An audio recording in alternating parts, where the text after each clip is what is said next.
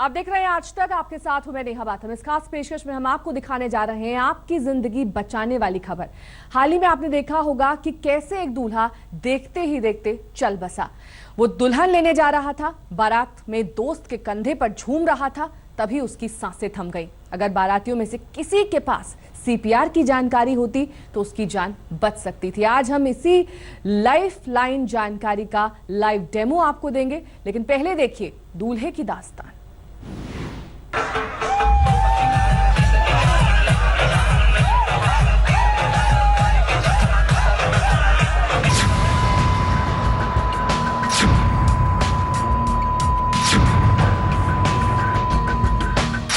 बच सकती थी दूल्हे की जान।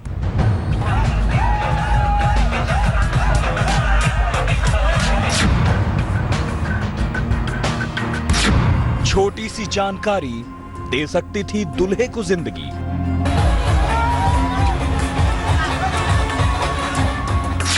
अगर कहीं हो जाए ऐसा हादसा तो हर इंसान दे सकता है संजीवनी। बड़ोदरा के रणौली गांव में शहनाई की धुन मातम के शोर में बदल गई। दूल्हे सागर सोलंकी को अचानक पड़े दिल के दौरे ने न सिर्फ दूल्हे के घर में बल्कि उसकी दुल्हन बनने के लिए पलक पावड़े बिछाए लड़की और परिवार में भी मातम फैला दिया। इस तस्वीर को बस चंद सेकंड पीछे ले चलते हैं।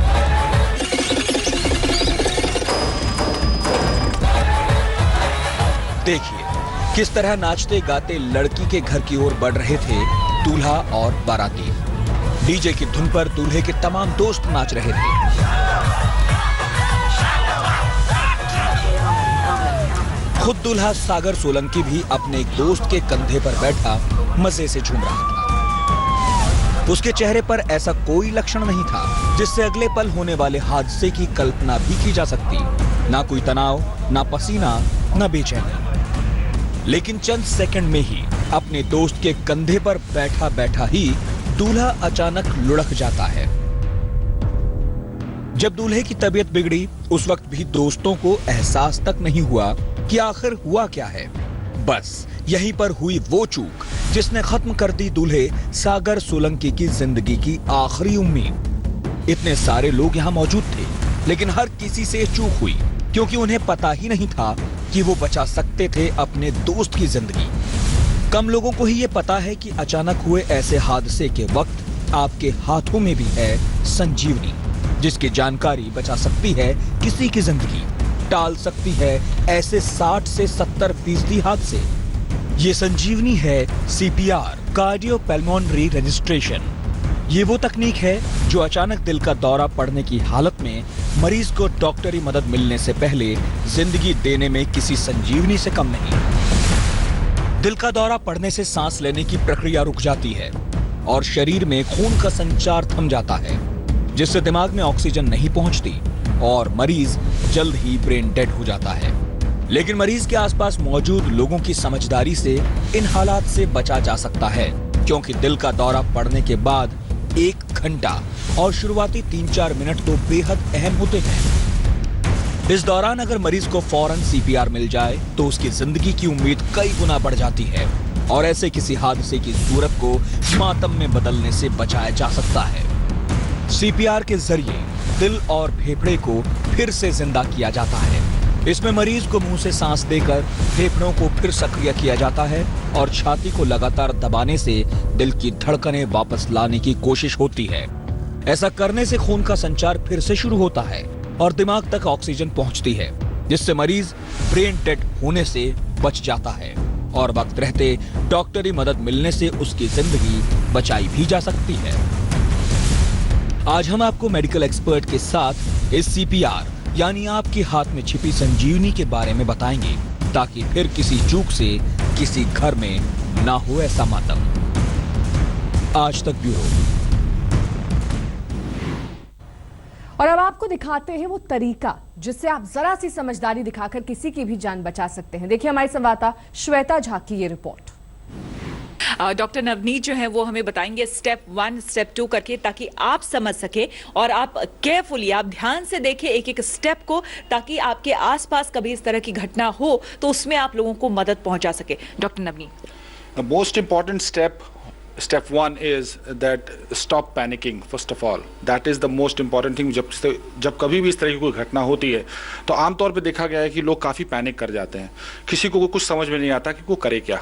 आइडियली जिसके साथ भी ये घटना घटी है उसको पहले तो उसको भीड़ से अलग रखें, एक प्लेट सरफेस पे उसको सीधे लिटाएं, देखें कि उसके मुंह के अंदर कुछ है नहीं, उसका मुंह खोलते हैं, ऐसे मुंह खोलते हैं और उसके अंदर देखते हैं कुछ है, कुछ खून या कुछ ऐसी कोई चीज़ जो कि उसके मुंह के अंदर, जो उसके सांस लेने के रास्ते को ब्लॉक कर सकती है, वो तो नहीं है। मरीज को सीधा लेटाते हैं और उसके बाद में अगर आदमी, आपके पास 2 लोग हेल्प करने वाले हैं तो एक आदमी सर की तरफ आता है, और यदि एक आदमी है तो वो पहले CPR करता है और बाद में सर की तरफ जाता है और मुँह से सांस देता है उसको। पहला काम, मरीज को सीधा लेटाते हैं, उसके बाद में पेशेंट का मुँह देखते हैं, कुछ खोल करके देखते, कोशिश करते हैं कुछ है तो नहीं, अगर है तो सफाई करते हैं हम किसी कागज़ से या कोई भी कपड़ा हमारे पास है उससे हम उसका मुंह साफ करते हैं और उसको मुंह से सांस देने के लिए उसको तैयार करते हैं। दूसरा सबसे इम्पॉर्टेंट चीज़ है कि ब्रेन में रक्त का प्रवाह नहीं रुकना चाहिए। जब भी आपकी हार्ट बीट रुकेगी और आपका रक्त का प्रवाह ब्रेन को रुकेगा तो उससे परमानेंट ब्रेन डैमेज होता है। उसके बाद यदि हार्ट आ भी जाए तो मरीज आपके किसी काम का नहीं रहता, वो ब्रेन डेड हो जाता है। इसलिए बहुत इंपॉर्टेंट है कि हम उसके ब्रेन पर रक्त का प्रवाह चालू रखें। उसके लिए हम CPR करते हैं। तो मरीज को ऐसे सीधा लेटाते हैं, उसके सीने की हड्डी को देखते हैं और उसके सीने की हड्डी जहाँ ख़त्म होती है उससे 2 इंच ऊपर अपनी हथेली को रखते हैं, दूसरा हाथ उसके ऊपर, और सीधे हाथ से उसके दाहिनी तरफ आकर के यदि कोशिश करें, अगर वो ज़मीन पे है तो आप घुटनों के बल आ जाए, और घुटनों के बल आने के बाद में उसको प्रेस करते हैं अपनी हथेली से, और इसको करीब 1 मिनट में 90 से 100 बार हम करते हैं। डॉक्टर इसे कितनी देर तक और किस तरीके से प्रेस करना होता है, कितने इंच? करीब 2 इंच दबाव होना चाहिए नीचे, पेशेंट को का सीना नीचे जाना चाहिए और गिनते रहना चाहिए कि 30 बार जब आप ये दबा लें उसके बाद आपको तुरंत, अगर अकेले हैं तो हेड साइड आकर के इसका मुंह खोलेंगे, उसकी नाक बंद करेंगे, मुंह शिफ्ट करेंगे, इस तरह से 2 बार उसको सांस देते हैं और उसके बाद तुरंत जल्दी हम लोग इसको करते हैं। तो जितनी बार भी करें आप गिनते रहें, 15 से लेकर के 30 बार तक गिनते हैं और 1 मिनट में करीब इसको हम 100 से 120 बार करते हैं। और इस तरह से कंटिन्यूस हम करते रहेंगे इसको जब तक कि या तो मरीज की सांस वापस आ जाए, मरीज होश में आ जाए, या उसकी पल्स आ जाए।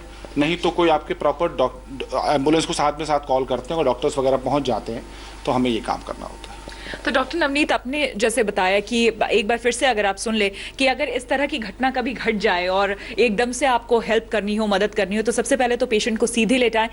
पिलो नहीं हम देते हैं, कोई भी ऊंची चीज हम नहीं देते हैं, सीधे फ्लैट ग्राउंड पे लेटाते हैं। सीधे आपको फ्लैट लेटाना है और उसके बाद मुंह देखना है, यहाँ पर मुंह खोलकर आपको देखना है कि मुंह के अंदर कुछ है या नहीं है। तो सबसे पहला स्टेप, सीधे लेटाकर मुंह खोल के आपको चेक करना है कि मुंह के अंदर कुछ है या नहीं। अगर कुछ है तो उसकी सफाई करनी है।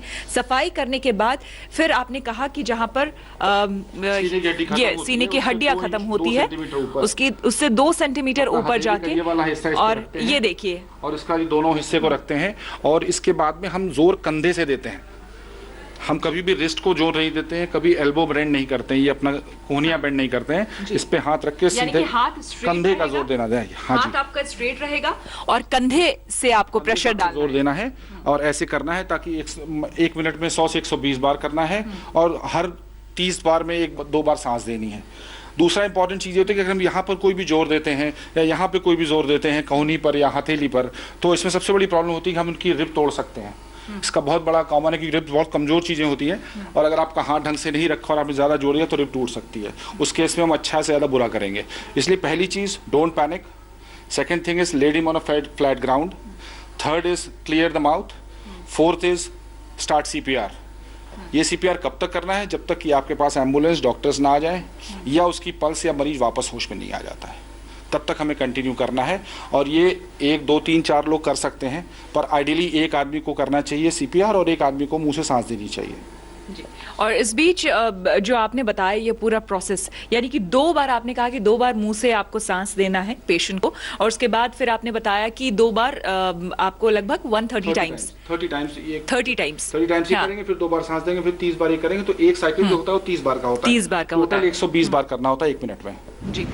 ब्रेक से पहले हमने आपको दिखाया कि किस तरह से अगर हार्ट अटैक, अगर आप कहीं बाहर हैं, यानी कि अगर आप सड़क पर भी जा रहे हैं, किसी बारात में हो या फिर आप ऑफिस में हो नॉर्मल डेज में, वहां पर अगर इस तरह की घटना कभी हो जाए तो आप किस तरह से मदद कर सकते हैं, क्या क्या तरीके हो सकते हैं। डॉक्टर कौल हमारे साथ बने हुए हैं। डॉक्टर कौल, आपसे ये जानना चाहेंगे कि आखिर इस तरह की जो चीजें होती हैं उसके पीछे रीजंस क्या होते हैं, सिम्टम्स कैसे पता चलता है? देखिए, सिम्टम्स ये होगा कि या तो पेशेंट की फैमिली हिस्ट्री होती है, उनको मालूम होता है कि उनके घर में उनके फादर, मदर, ब्रदर, सिस्टर में से किसी को हार्ट का कोई प्रॉब्लम हुआ है। Now genetic predisposition is one of the most important things. तो जेनेटिक हिस्ट्री सबको मालूम है, और जो इस टाइप के पेशेंट्स हैं they should come for a medical checkup. दूसरा, जैसे मैंने बताया, before taking any strenuous exercise, आप बहुत हेवी जॉगिंग के लिए जा रहे हैं या जिम जा रहे हैं या कुछ कर रहे हैं, उसके पहले आपको एक दिखा लेना चाहिए कि आपको कोई सिम्टम्स तो नहीं है। अगर आपको बार बार चक्कर आ रहे हैं, या आपको लग रहा है कि आप you are not feeling comfortable, या पैल्पिटेशन हो रहा है, don't go to gym before you get a proper checkup done. ज़रूर करवाना चाहिए। और तीसरा चीज़ है, कोई भी, जैसे मैं आज चल रहा हूँ और मुझे लगता है कि मुझे थोड़ा सा ऐसा गिडीनेस लगा, या मुझे लगा पैल्पिटेशन हो रहा है, या I am a chain smoker, इन सब चीज़ों में it is very important around the age. देखिए, पहले हम बोलते थे 40-45 के बाद हार्ट चेकअप कराना ज़रूरी है, but that was under an ideal circumstances, जिसमें कि स्ट्रेस नहीं था, food habits were very good, कोई पोल्यूशन नहीं था, कुछ नहीं था। लेकिन अब वही एज नीचे आके करीब 20-25 के आसपास आ गई है। आई थिंक अगर ऐसा कुछ हो, या आपको बहुत स्ट्रेनियस एक्सरसाइज है, you are a chain smoker and all those things, तो 20-25 पे भी एक चेकअप करवाना चाहिए, provided you are going for some heavy exercise. किसी भी इंसान का रोज का जो रूटीन उसका होता है, सोने का, उठने का, और जो फूड हैबिट्स होते हैं, वो कितना इंपॉर्टेंट होता है? देखिए, this is the most important thing.